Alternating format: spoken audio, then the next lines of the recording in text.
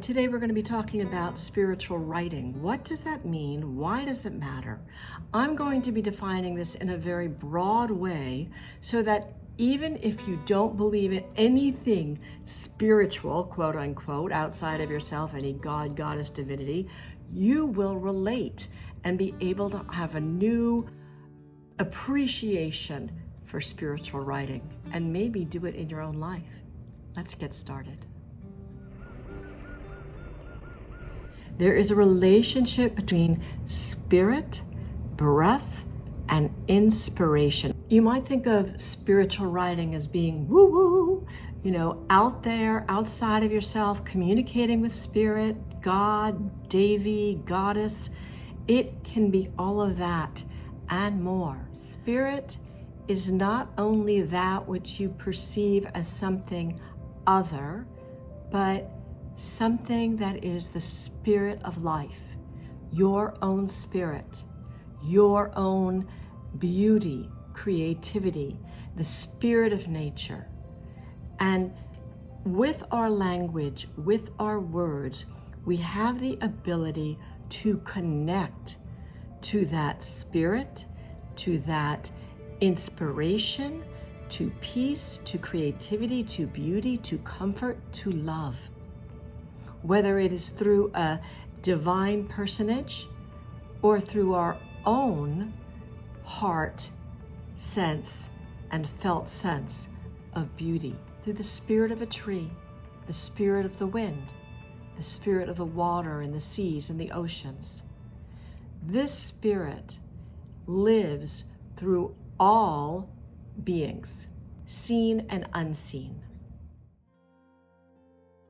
Channeled writing can be like taking dictation, as if you are hearing the voice of spirit or your own spirit speaking to you. So it's as if you're hearing a typewriter going across your mind, your brain, and you're taking dictation by writing it down, typing it down. And there may be great wisdom coming through, guidance, comfort, love.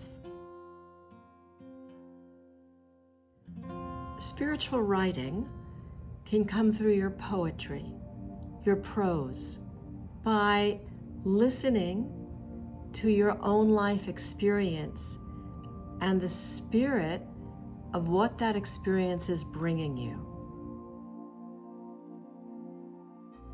Even what appears to maybe not be spiritual might have a very beautiful message for you. So I've done a lot of very raw writing in my life, writing about grief, sorrow, loss.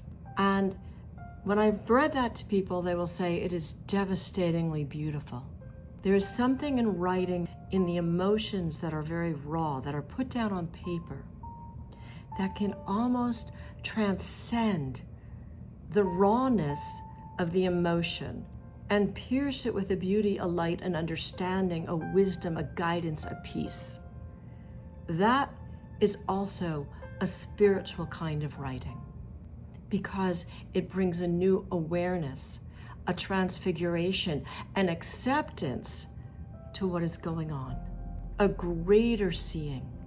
And when there is greater seeing, greater enlightenment, greater love walking into the room, the breath is enlivened, your spirit is enlivened, and that can be considered spiritual writing.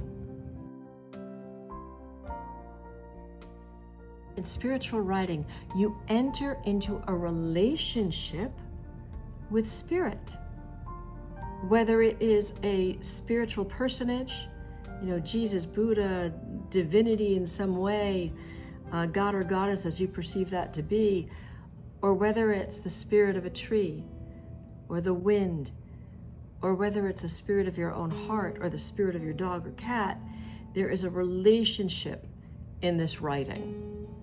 And it's a relationship that is uplifting. There's a movement years ago that was started called the spiritual cinema movement, where films were made that were put in a category of this is spiritual. And I remember, seeing some of those films, and yeah, that's nice, that's spiritual.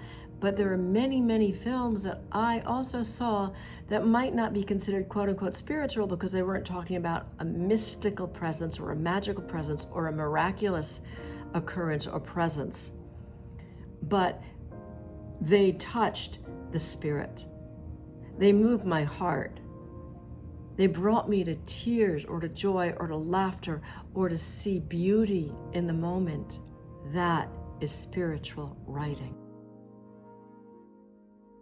And it matters because we walk through a very distracted world today with many, many interruptions.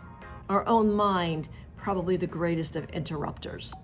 And we're thinking about things and trying to figure things out and have a problem. And we are distracted and our focus is jarred.